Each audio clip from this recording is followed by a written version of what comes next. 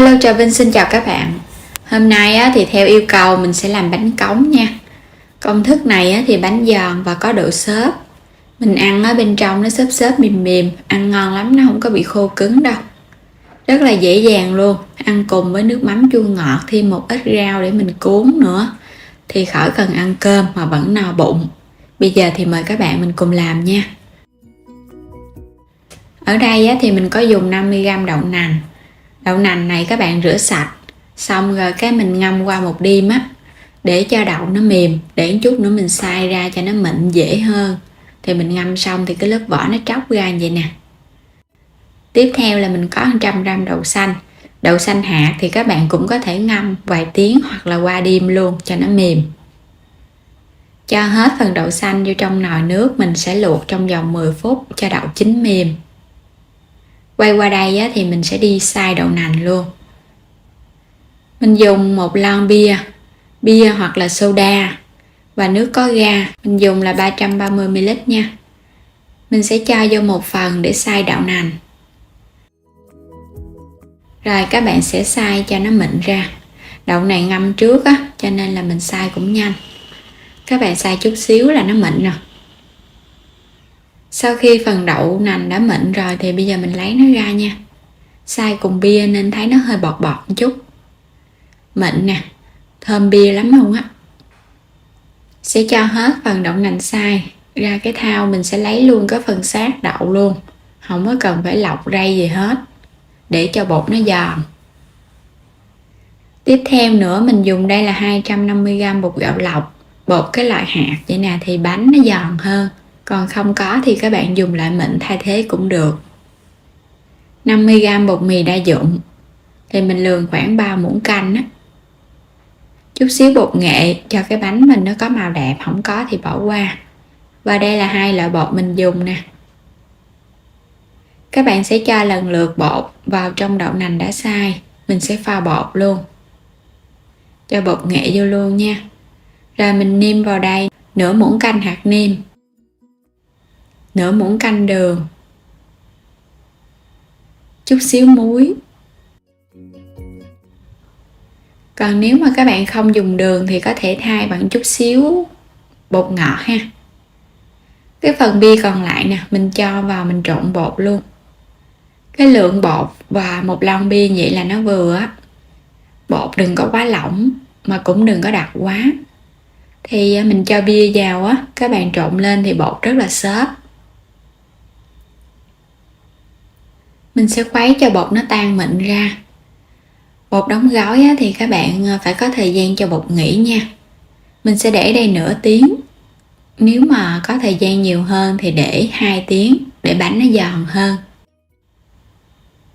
Tiếp theo thì mình cho dầu vào trong cái nồi.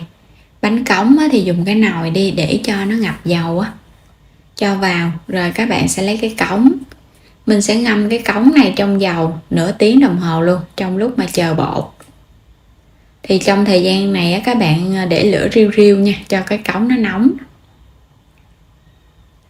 Mình có thịt nạc xay. Thịt nạc này các bạn dùng nạc vai heo Và đây là khoai môn sắc sợi ra. Nếu không dùng khoai môn, các bạn dùng củ sắn cũng được. Tép thì thích con lớn thì các bạn dùng con lớn nha. Còn nếu mà không thích con lớn thì dùng con tép nhỏ. Đây là con tép xong nè, nó ngon hơn. Quay trở lại thau bột, mình để được nửa tiếng. Bây giờ các bạn khuấy đều lên. Nếu như cái bánh cống truyền thống luôn thì mình sẽ làm bằng gạo xay Cho vào một chút xíu hành lá. Cái phần gạo xay thì các bạn nó giòn và nó có độ xốp nên mình không có cần dùng bia. Còn đây mình làm cái loại bột gạo này thì nó hơi khô. Sẽ dùng bia để cho cái bánh nó có độ giòn xốp ngon hơn. Khuấy đều lên nữa là được rồi. Đậu xanh mình nấu 10 phút xong rồi cái vớt lên để cho nó ráo thì đậu nó nở ra vậy nè. Rồi bây giờ đi chiên bánh nha. Dầu phải thật là nóng sôi, cái cống phải nóng thì khi mà mình cho bột vào nó không có bị dính. Mình sẽ múc một lớp bột mỏng ở bên dưới cống. Rồi các bạn sẽ cho đậu xanh vào. Tiếp theo là dại. Tiếp theo là khoai môn, thịt xay, một lớp khoai môn nữa, xong rồi cái mình cho bột vô nha. Cái phần như ở bên trong á, các bạn cho nhân cho nó hơi nhiều để bột nó rỗng thì bánh nó mới xốp. Cuối cùng là con tép để lên trên. Rồi mình sẽ cho từ từ vào trong nồi dầu, đừng có cho nhanh quá nó bị bắn bột á. Cái cống này đang nóng, các bạn sẽ lấy ra mình múc bột vào. Một lớp thật là mỏng thôi ha, đừng có dày quá. Dày quá một chút nữa cái bên dưới nó khó chín lắm á. Cũng cho lần lượt nhân cho vào giữa. Khoai môn á, thì các bạn chiên lên nó thơm hơn. Còn nếu mà thích có cái độ xốp xốp ngọt ngọt á, thì dùng củ sắn. Tùy theo sở thích của mỗi người nha. Rồi lần lượt mình cho vào mình chiên. Đừng có chiên lửa áp. Lửa áp á, thì ở bên trong nó có chín khoai môn á. Khoai môn sẽ bị sượng, ăn dễ bị đau bụng lắm á. Chiên để cho nó vàng. Mình chiên chút xíu là bắt đầu nó vàng à. Mà chiên chút xíu cái thấy dầu nó hơi đen ha. Tại vì tép á, mình chiên lên là chút nó đen dầu à. Rồi cái cống nó đã vàng xung quanh này, bây giờ mình dùng cây dao mình gỡ nhẹ lên.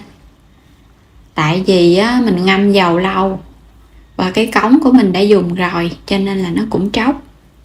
Cái bánh này thì nó không tróc nhiều ha, nó hơi dính đít chút xíu nè.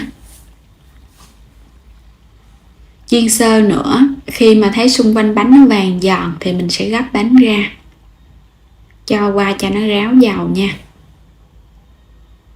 Mình sẽ vớt lên luôn. Nếu mà kỹ hơn thì các bạn dùng cây dao á, mình khoét nhẹ ở dưới đáy của khuôn bánh để cho nó nhanh chín. Rồi mình cho tiếp cái bánh kế vô. Cái nồi của mình hơi nhỏ nên mình chiên 2 cái à. Cho ra. Lần lượt thì các bạn chiên cho đến hết bột. Thì phần bột này á, là mình làm được bao nhiêu cái bánh nè. Cái khuôn, cái cống của mình nó cũng hơi lớn á. Và nước mắm chua ngọt, củ cải, đồ chua. Nước mắm á, thì mình có nhiều video chia sẻ lắm, thì mình để đường link trong phần mô tả. Bánh rất là giòn, xung quanh giòn rụm luôn. Nè, mình gõ nè, các bạn nghe được cái độ giòn ha. Giòn và có độ xốp thì bánh cống nó mới ngon. Còn giòn mà nó bị cứng á, khi nguội các bạn ăn nó cứng ngắc là không có ngon đâu. Bên trong rất là xốp luôn. Rồi bây giờ thì mình sẽ cuốn cùng với rau cải nè. Bánh cống này á, mà các bạn ăn cùng với bún cũng ngon nữa nha. Cuốn rau cải thì chấm thêm nước mắm chua ngọt, có thêm một ít đồ chua. Rồi bây giờ mời các bạn cùng thưởng thức bánh cống với mình nha. Rất là ngon luôn á. Giòn xốp, ăn cùng với rau thì ăn no luôn, không hề biết ngán. Bên trong thì mình cho phần nhân nó xốp á, nó rỗng rỗng á, cho nên là mình thấy nó giòn lắm. Và đặc biệt các bạn chiên càng vàng á, thì cái lớp bột rất là giòn. Và đến đây thì mình cảm ơn các bạn đã theo dõi hết video của mình nha. Vui lòng đăng ký kênh, chia sẻ các video ủng hộ kênh mình. Xin chào tạm biệt và hẹn gặp lại các bạn trong những video tiếp theo.